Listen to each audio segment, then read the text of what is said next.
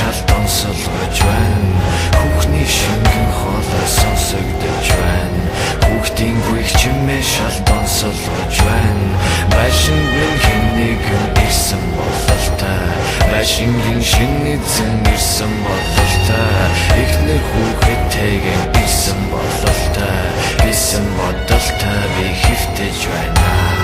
Я түүний хаяг Улаанбаатарын хамгийн өндөр байшин давлан давхар хэвсэн дагуурн тамийн хаалга би онголгохыг хүлэн шалан дотор гэртээ үрдийн цагт ч юм уу юм болж өстэй хүний гарт өстэй хүрийг олж болохгүй зүйл хийсэн гэр бүлийг нэг шалган хүргэж дотн байсан цустай нүрийг олж гал хороотыг бүчиж авчээ чөтгөр нуранган дээр бүчиж гарчээ ядуугийн зовлонгийн гэр бүлийг соглон адгуус шиг аран шин бүрхэж авчээ.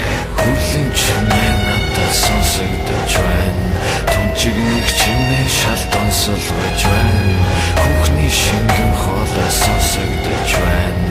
Хүүхдийн гүйх чимээ шал донсолгож байна. Байшин минь хэн нэгэн ирсэн бололтой. Байшингийн шинэ эзэн ирсэн бололтой.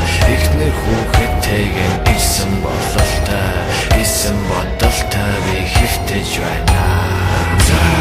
Шин дундуур чамайг цоо ширтэх хинзай. Зочдын цус нүжөөрн хэртэх хинзай. Аимшигтай түүхтэйгэн байшингийн зай. Харадвал биткинэ оролгүй тай. Амсаран улаанаар бутагдсан байна. Хэн нэгний цогцсон булагдсан байна. Амсаран улаанаар бутагдсан байна. Хэн нэгний цогцсон булагдсан байна.